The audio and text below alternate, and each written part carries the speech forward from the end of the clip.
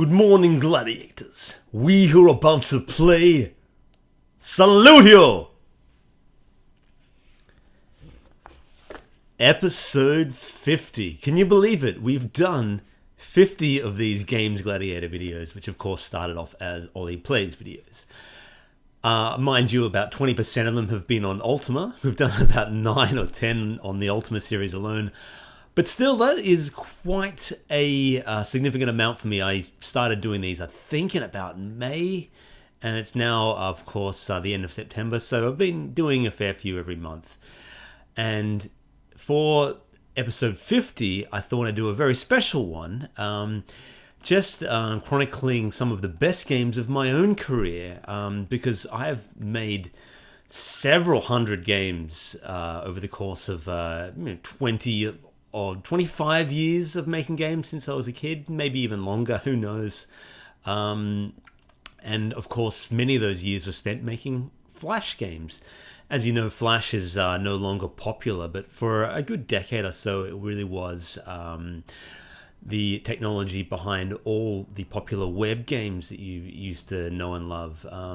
And I made many of them, and to this day, some of my fondest memories are of the Flash games that I made. So what I'm going to do is go through from 10 to 1, in no particular order, just some of my favorite games that I made over my career. So we'll start off with number 10. Number 10! Alright, number 10 is in fact a game called Wolfenstein, which was one of the very first Flash games that I ever made, and was, of course, a play on the classic game by id, Wolfenstein. And the game had nothing to do with that, it was just a bit of a pun. You have a wolf and you have a swine. Let's play the game and see what it's like. Because this was one of the very first Flash games I ever made, I actually did a pretty kind of fancy introduction to it, which I'll show you now.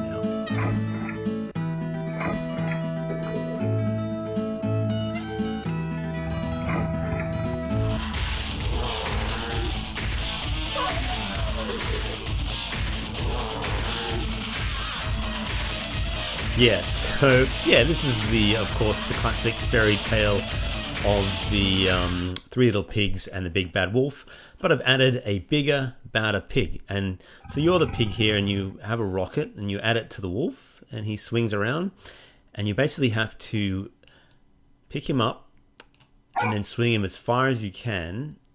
There we go. You hit him. Oh, into the water. Play again. Not very good at this. I haven't played this in, gosh, over a decade. But you have a rocket on your back, and you can use it to steady your course. You get little potions to add to your fuel. Those little green things spin you up. You want to avoid the crows. It's always the same course, so you can actually learn the course pretty well by memory. You know that, like, there's a rock coming up soon. Those damn crows. And you never want to slow down. If you run out of fuel, the game's over. Oh! Try again.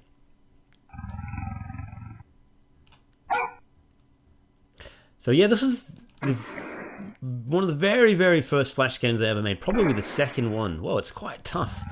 And this was inspired by the classic... what was that game where you had the Yeti, I think, and you had to hit him with a baseball bat? Yeti Sports or something like that. So I made my own version of it. It's quite addictive, you know. It actually, funny enough, this is long before mobile games, that this would make a perfect mobile game, because it's very quick to play. You want to see how far you can get. Each game only goes for a minute or so. I used to be so good at this, I could finish it. There's a giant chasm at the end of it, and you have to get over that, and then you end up in the desert, and then you slowly roll to a stop, and then your high score is whatever you got there. So yeah, that was it. Wolf and Swine. One of my very first games, and I'm really proud of the detail and so on I put into it, and it was quite a fun game. And you can see my art style is quite similar today as what it was back then. Number 9! Number 9 on the list is Salad Dodger, which was a game that I made back in the old days. I think this is about 2006 or something, back in the era when I was really just pumping out games really quickly. And this one probably took me less than a week. Back at the old company, we got a contract at one point to build 40 games in 40 weeks. And I banged out a bunch of them. And this one is one of my favorites because it introduces the character that many Swords and Sandals fans will know and love. The little fat kid, here he is right here. This is the very first appearance of him, and he still looks the same today as he did back then because I've reused this character sprite in many, many different Swords and Sandals games as a little Easter egg. People always ask what the origin of him is. This is it. Now, this is just a cute little game where you have to pick up junk food and avoid salad. So let's play it and have a look.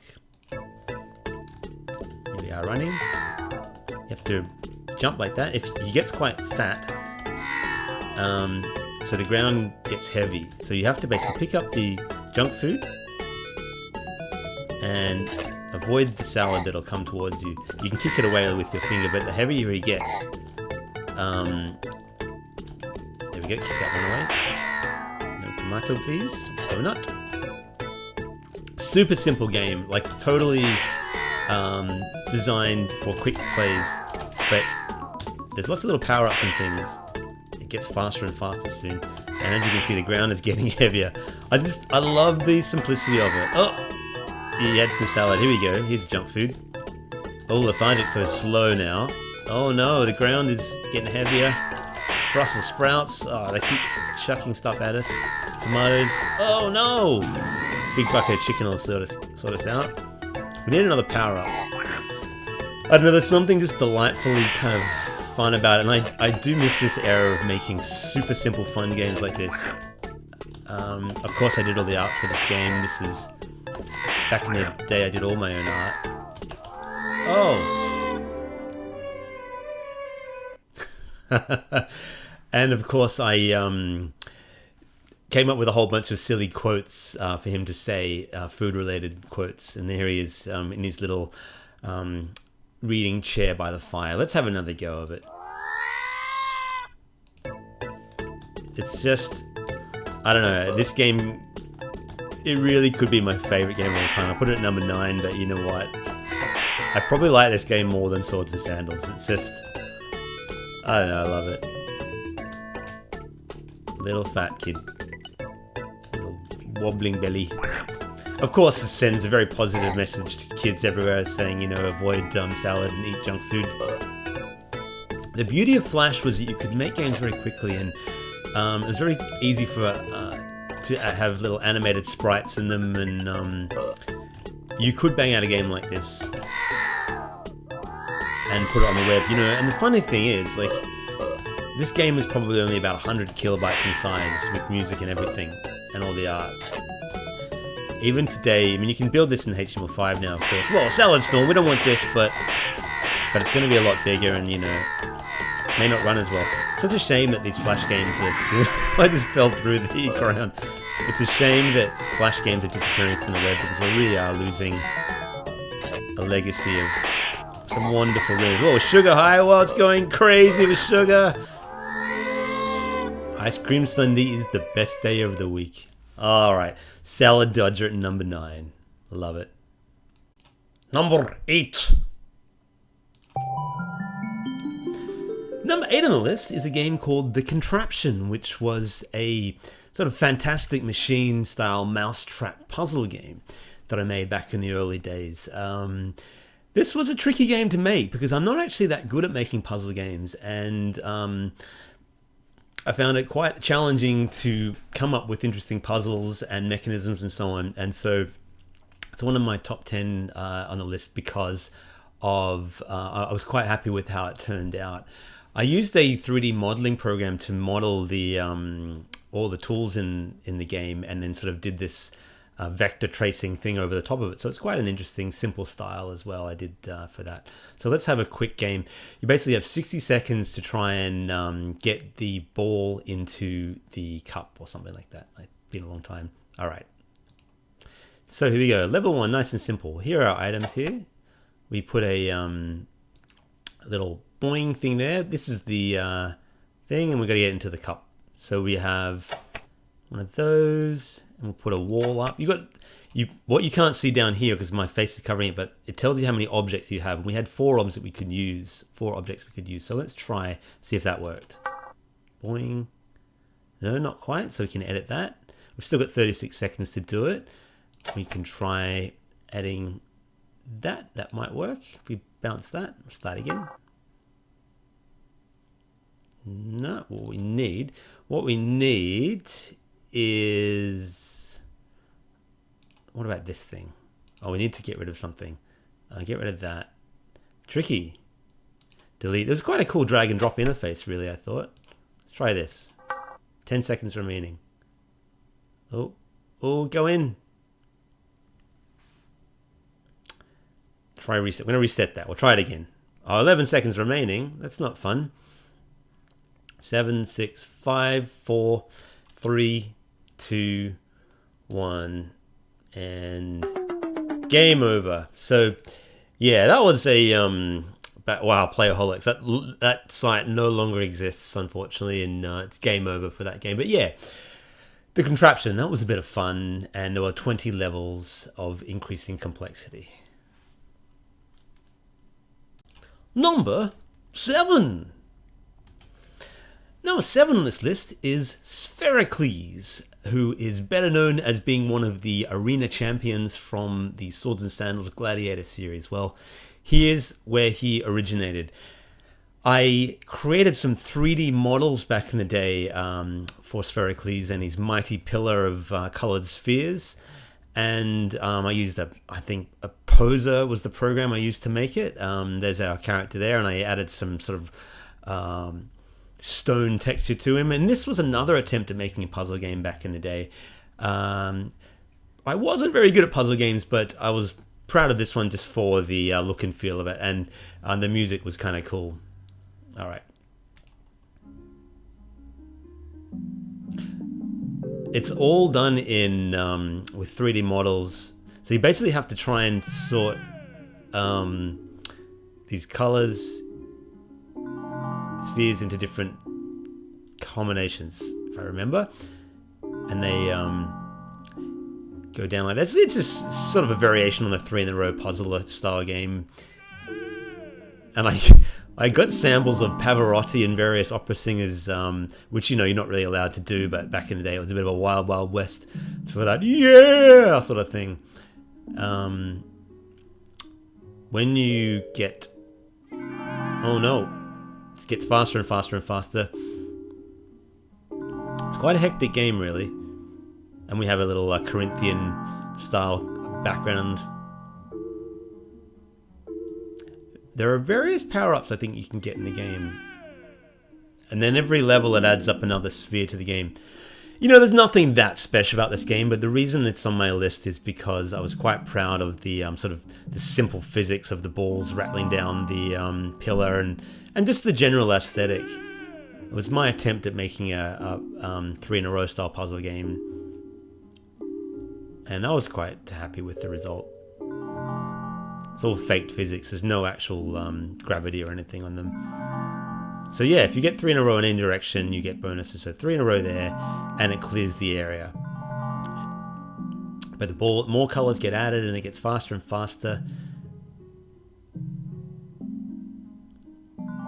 I thought there was music in this game, but I guess there wasn't. Back in the day in Flash games, they were all quite small in size, so you didn't really have the room for... Oh no, we're running out of ideas. See that little Corinthian helmet there? Means that... Oh! We ran out. And here he is. He's dead. Poor old Pericles. Left buried in the sand like Ozymandias.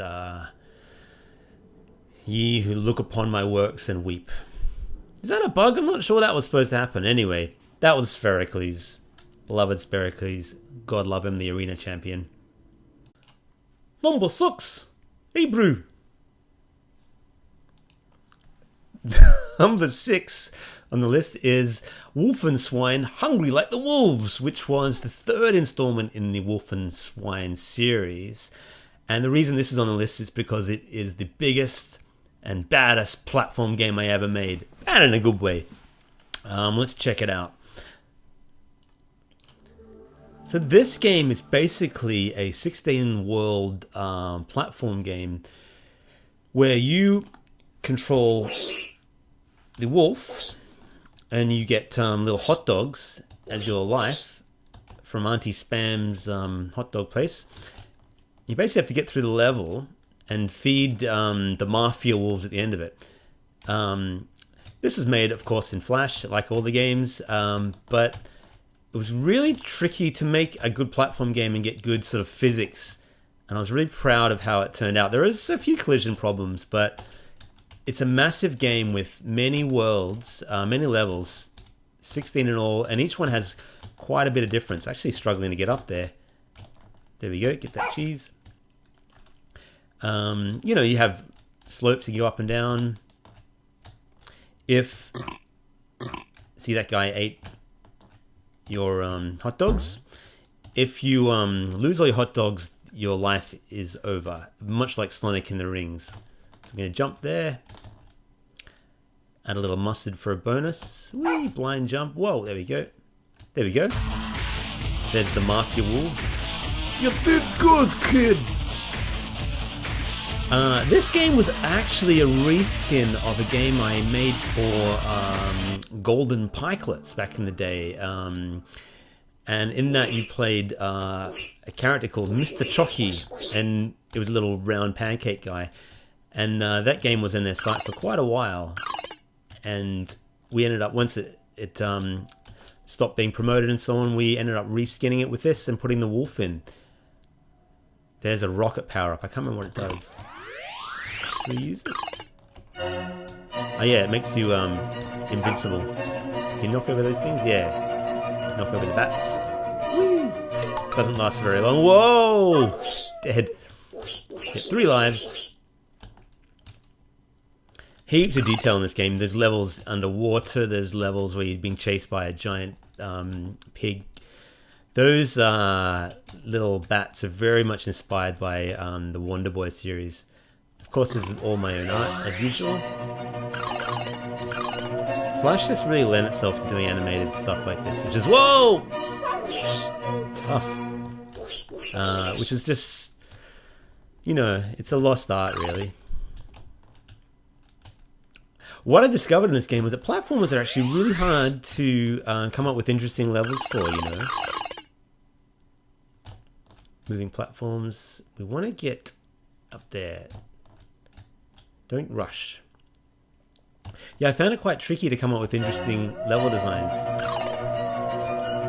Whoa, whoa, whoa, whoa, whoa, whoa, whoa!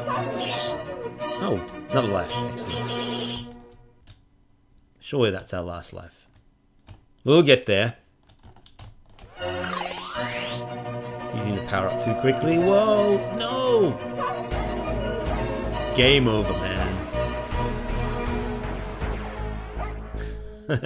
Yeah, huge game, and I was really proud of the level design and the characters and just the little secrets I put all through it. Number 5, scusi. Number 5 is a game that I made with my old buddy Silas Rowe, the legendary game developer behind Smashtastic Cricket, and a very good friend of mine, one of my best mates indeed.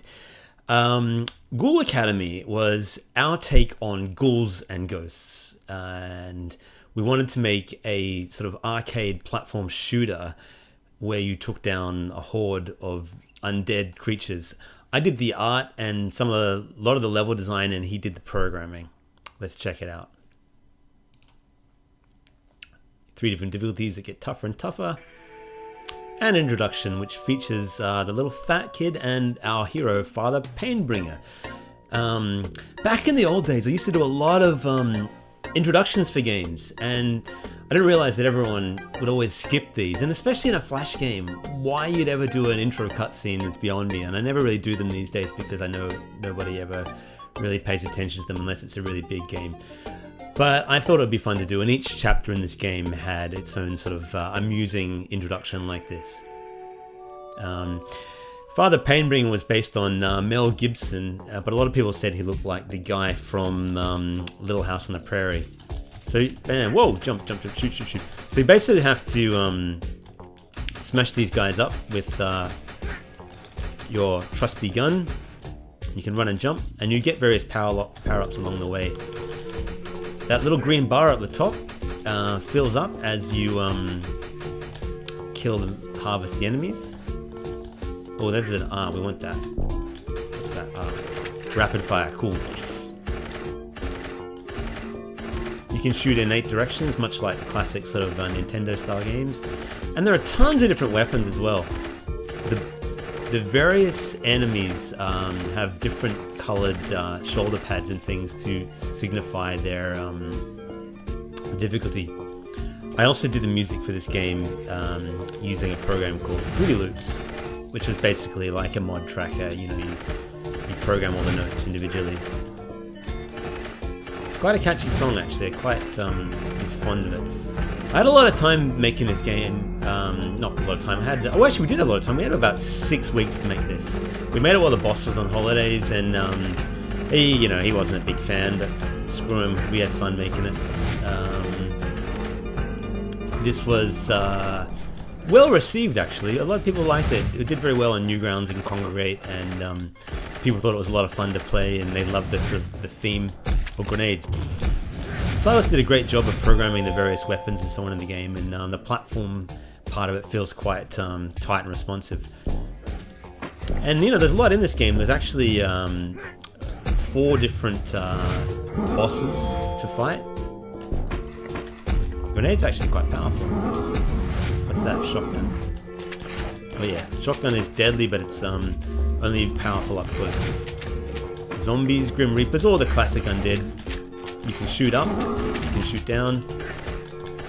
So we ended up putting a lot, and I'd love to remake this game in Unity or something, with modern technology, because... Oh, laser. Oh, and damn, I got the rapid fire instead. Laser's really powerful. Nearly got the Ghoul Harvest, so we're going to get to the next boss in a minute. Definitely, this game is like I'm so proud of this game and the work we did on it. Oh, okay, one more level, then the boss. And you go to ancient Egypt and a haunted house and even hell, I believe, and fight giant hellhounds and a giant spider. There we go, laser. Give me the laser. There you go. Laser just slices through them. There's something like 20 different weapons in this game even. Don't want any other weapons. I only want the laser. Flash was really good at sort of allowing you to have animated characters in the game. Alright, here we go. So we're going to take on the big bad Skelly boss now. Whoa, look at that. He's massive. You got to get to, like all kind of bosses, you have to get the green spot on his head. It's actually quite tricky with the laser, because the laser is a little... You have to be a bit more pinpoint accurate. And he's got a few different attack phases he uses. We're getting it. See, it's turned yellow now, meaning we're actually nearly weakening him now. I'd like a new weapon though, because this simple gun isn't. Oh, but you have to kill skellies to get interesting weapons, don't you? Give me a good weapon. Whoa, nearly dead.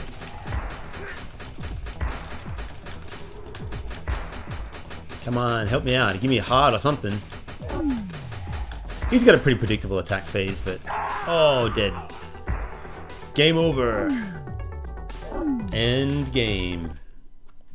And at the end of the game, I would do a sort of a Masters of the Universe He-Man style, remember kids? And this one is like, in today's game, the undead were looking for a shortcut to riches and power. They were always looking for a quick way to get ahead on everybody else.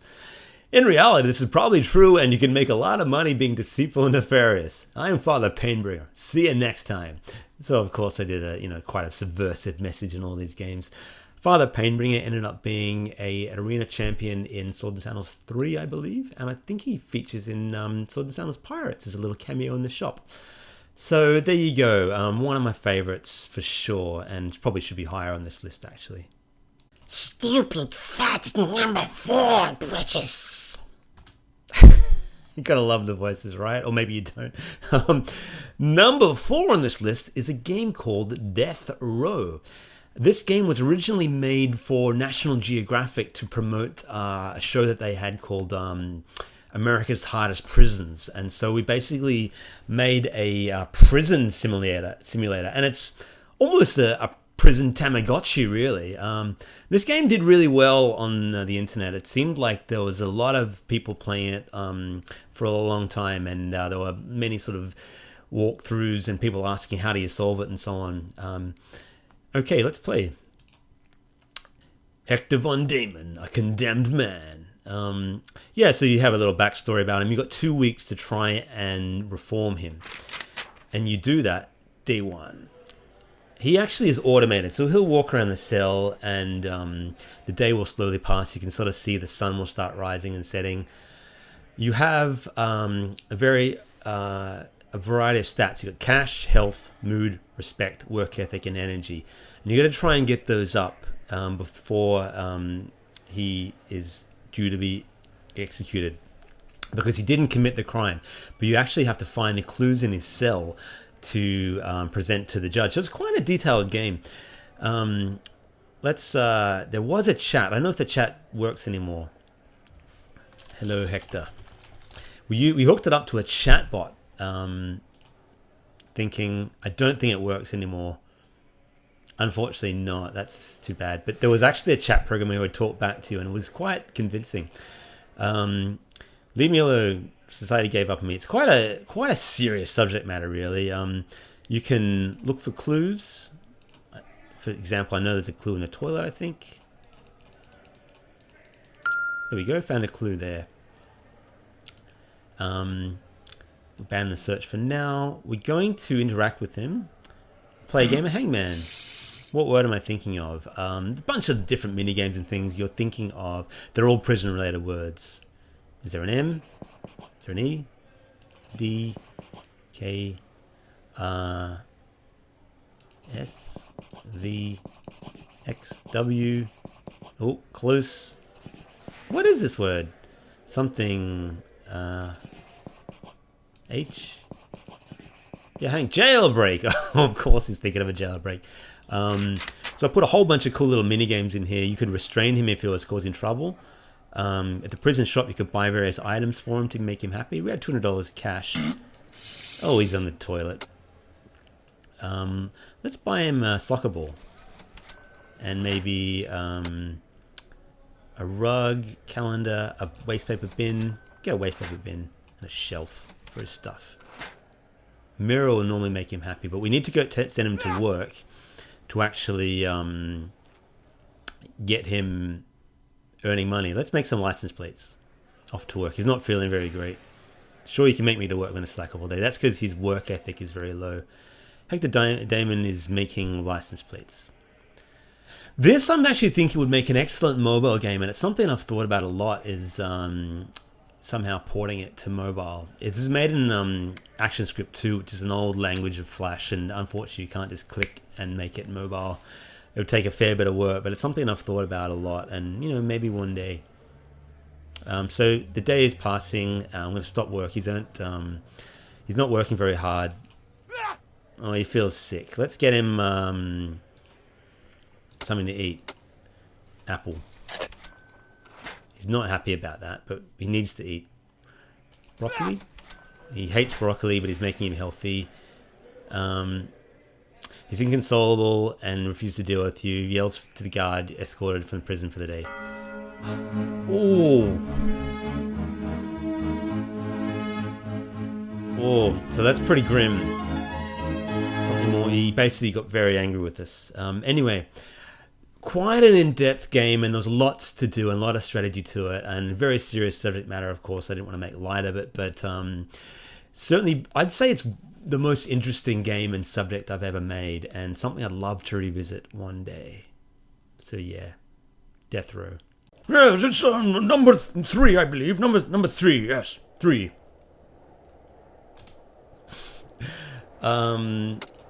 This one is Hearts Aloft. This is one of the last Flash games I made outside of the Swords and Sandals series, because Eventually, the company we were working for ended up just making client products. We stopped making our own individual games, including Swords and Sandals and so on.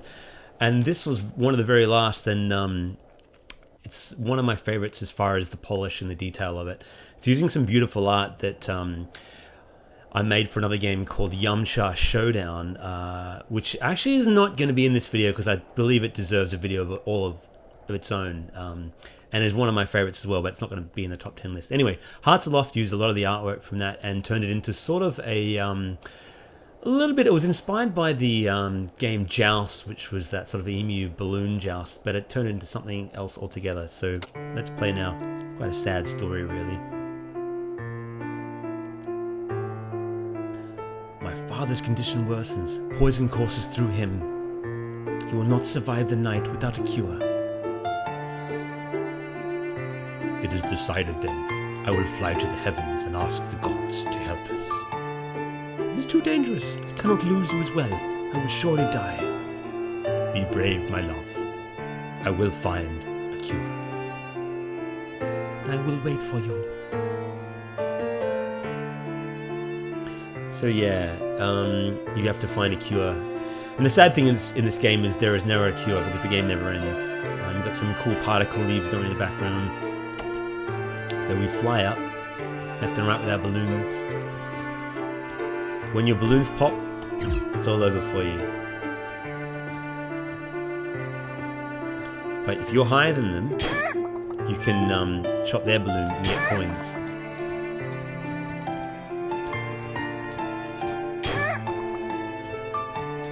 Get off. And it's a simple game. You also have a certain amount of oxygen, as you can see up there. Let's get an extra life there.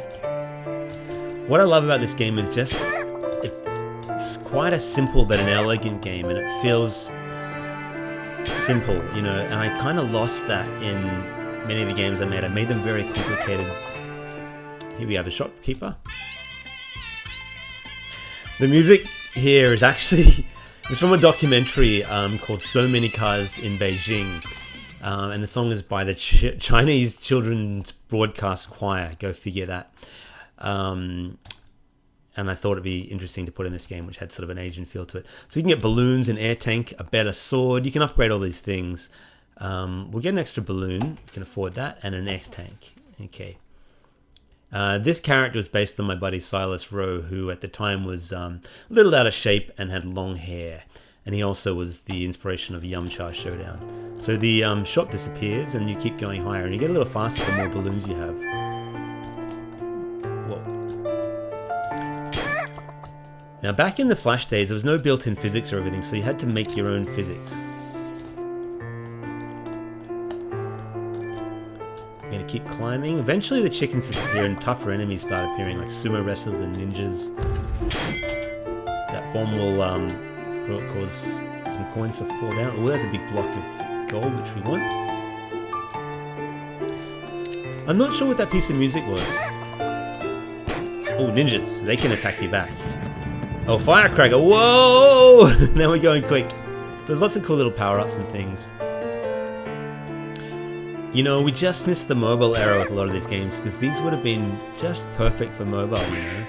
You can see on the touchscreen it would be ideal, but we never really did much for mobile, and we didn't really have the technology to make anything good. Now we're low on oxygen, so we're going to die quite soon. We've reached about 700 meters in height. That's quite good.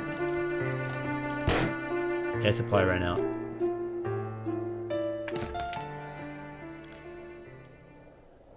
What a sad ending.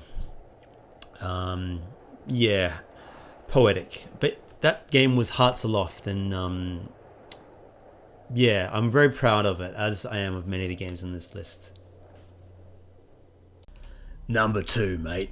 Number 2. Number 2 on the list is a game called Get Off My Planet, and this was made in 2008.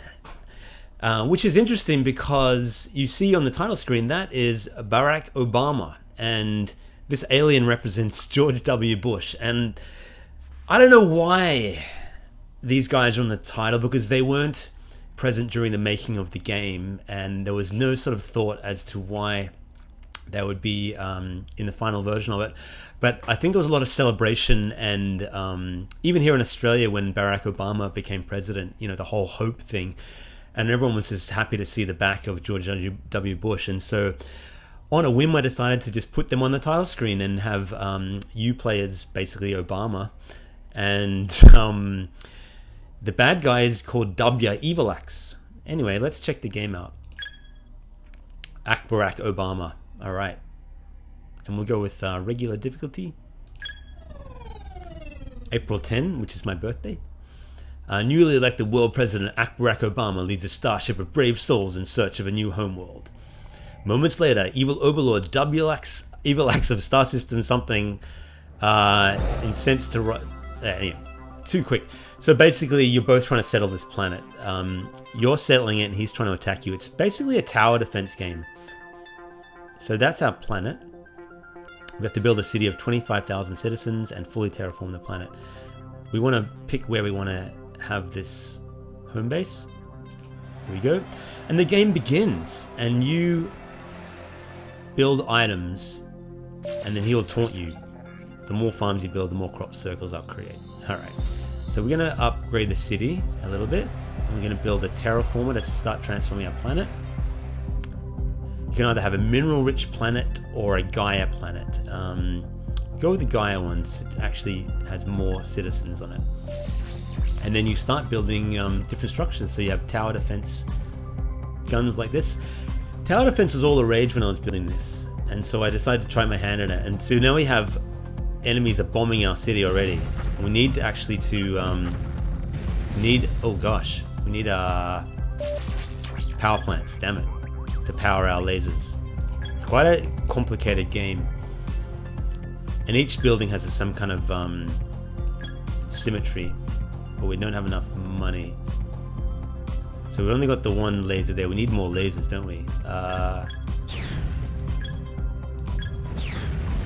Dear, I need a new laser. We haven't got enough money. This is tough. The reason I love this game is because it just has so much complexity that I'd never really seen in a tower defense game before, and I really wanted to kind of combine simulator and tower defense in a way that hadn't been seen. And I just thought it came out really well, even though when you first played it's quite a confusing game. There you go, that was our laser working. So we're getting gold from that and destroying their ships. We will build another laser. So how much gold have we got? 358. Not quite enough. Flight cannon. Your gold slowly counts up as you need gold mines though to build more gold. So there's a lot of strategy. The music was done by my good friend Ben Leffler, the game designer most famous for making a game called Ex Mortis, which is a wonderful horror series that he made 3 of them. Love to see more games from him because he's a huge talent, you know. Oh, now we're getting bombarded, but he did a really cool soundtrack for this. Just an all-around talented guy. Hey, does all his own art and everything. The art for this game was done by my longtime friend and colleague Tony Lowe, who made all the ships and everything, all the terraformers stuff. I did the planet and the star background. Okay, we're dead. Oh, we're dead. That's it. Yeah, Get Off My Planet. Hugely tactical and strategic game, which would be perfect for mobile. I just wish we'd been making them a few years later, because these games would have done great on mobile. And I could build them again now, but I'd have to start from scratch. But still, there are some cool ideas in there. And now we're almost time for the number 1 game. Wow. Honorable mentions. Now, I couldn't get through this video without mentioning a couple of other favorites of mine which didn't crack the list, but I still love anyway. One of them is, of course, Dwarf on a Wharf, which was another pun-tastic game from back in the day, and it's, I don't know, it's just, it amuses me. Let's check it out. So, I got a wee man. You've got this boat leaving, you've got these 2 sailors which I drew, and angry little dwarves that need to get on the ship. So you gotta aim. Oh, too far. And get him on the ship. It's a super simple game. McGruff is aboard. So next round, and then you basically have 7 dwarves to get it. Snap to it. I'm running late, chaps. Oh, too far. And you got to basically get them all on there before the ship reaches the horizon. Lord Weatherby is aboard. And it took me ages to drew that ship as well. And so basically you got 1, 2, 3. You got to. The ship continues to go. So it's just a little timing game. I know, it's just something silly and music about it. Mr. Muji, of course, a very sensitive portrait. And he ended up being one of the shopkeepers in Swords and Sandals 3 as well. I should apologise for this caricature, but they're all caricatures, aren't they, really? All these characters, the Scotsman and the Englishman and so on. It's quite challenging. I don't know how the game ends, but I think it just ends when the ship reaches the horizon, so we'll just keep going. I used to be able to cheat by throwing it horizontal. That doesn't seem to work either. Is that going to do it? Yeah! There we go. Muji's aboard. So we now have Muji, Weatherby, McGruff. Oh. Again, this game was made in about a week too, so back in the day, was able to just bang them out. And Flash was really good for just making quick and dirty games, you know.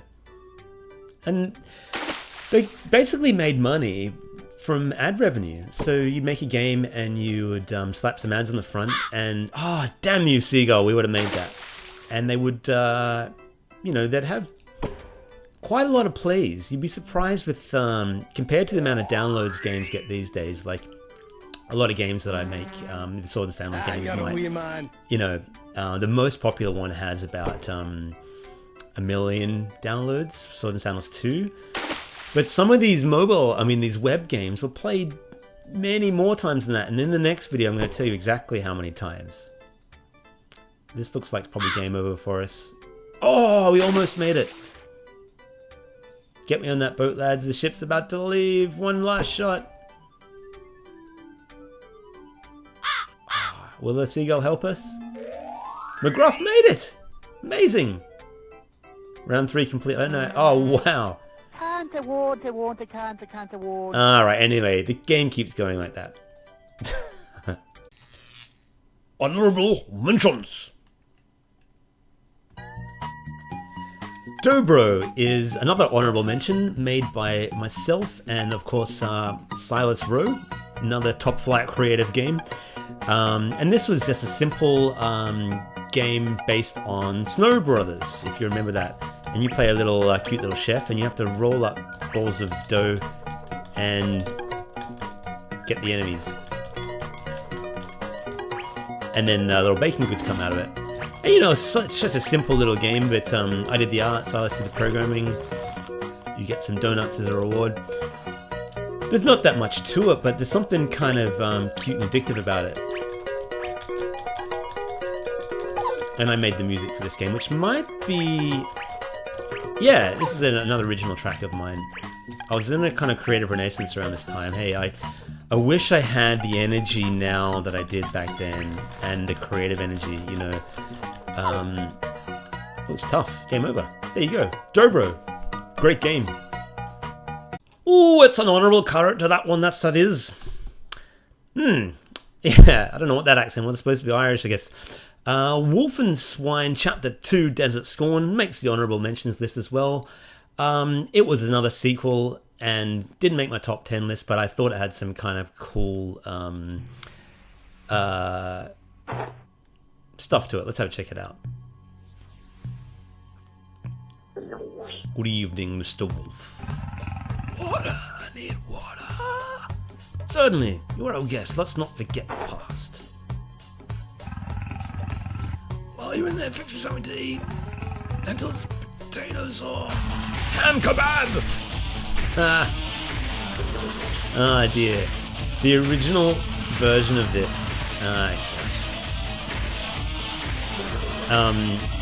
The original version of this, the pig actually had a little like a chic thingy, and I got some hate mail from a lot of people saying, you know, you're some religious troubles because pigs and Islam and stuff. And yeah, I didn't intend for that, but actually it was the first death threats I ever got, really. And you know, there you go.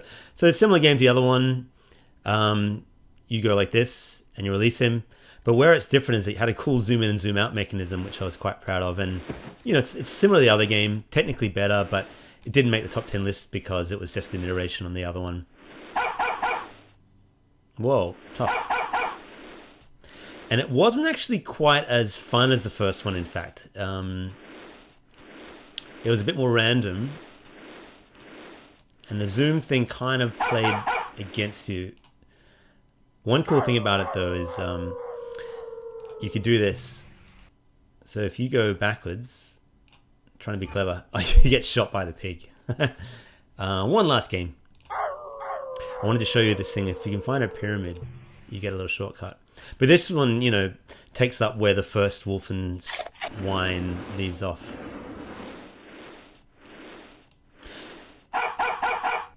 I can't overstate how many games they made back in the day. And, you know, when I say hundreds, I really mean hundreds of games. Like, a lot of them were reskins of originals and so on that I'd make. Dead. Yeah, we didn't get to the pyramid. But, yeah, Wolf and Swine 2. Honorable mention. Number one. Number one on the list. Finally, we get to it at last. And it is a game called Diesel and Death. You may have heard of it. You may have even played it. And the reason I say that is because until Swords and Sandals, this game was by far the most popular game I ever made. At a point, this game was being played 400,000 times a day for a short period of time. It racked up hundreds of millions of plays over the course of a few years. At the height of the web games craze, this one was right up there with Swords and Sandals as my most popular games, and certainly has a bit of a legacy today. People still remember it as part of the web games scene. And it's a simple game. It's a racing game, and I had a lot of fun making it. Let's check it out. So you basically play as a racer called Death, and your opponent is called Diesel. And you have a randomly generated track, and you can fire bullets, and you can jump. You basically got to get to the end of the track before your enemy. Super simple, but it's really addictive.